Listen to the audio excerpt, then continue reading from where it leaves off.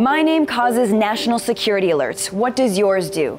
Mohammed Yusuf Abdulaziz chose this quote for his high school yearbook. And years later, he did in fact cause a major security alert in Chattanooga, Tennessee.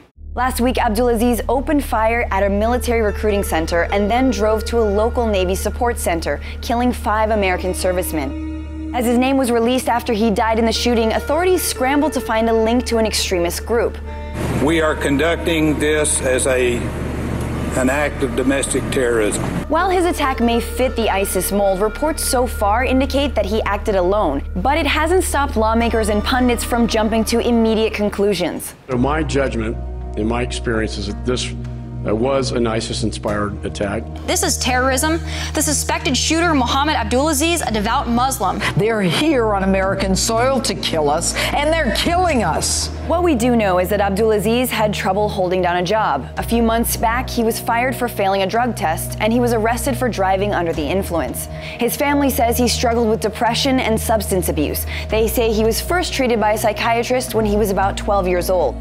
When asked in an interview with CNN whether he followed ISIS, a friend of Abdulaziz had this response. What did he say?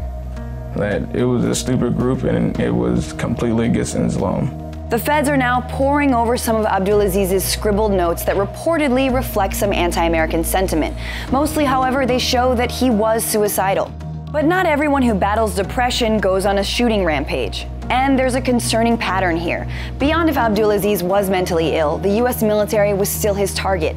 And nearly a third of the 119 Americans accused of plotting an attack inside the U.S. since 9/11 plan to attack military targets. We don't yet know all the details behind the attack in Chattanooga, but we do know that Al-Qaeda and ISIL have encouraged attacks on American soil, including against our service members. Whether motivated by religious extremism, white supremacy, mental illness, or a backlash to U.S. militarism, when and how we draw these conclusions about these kinds of attacks is a bigger question, one we don't always get right immediately.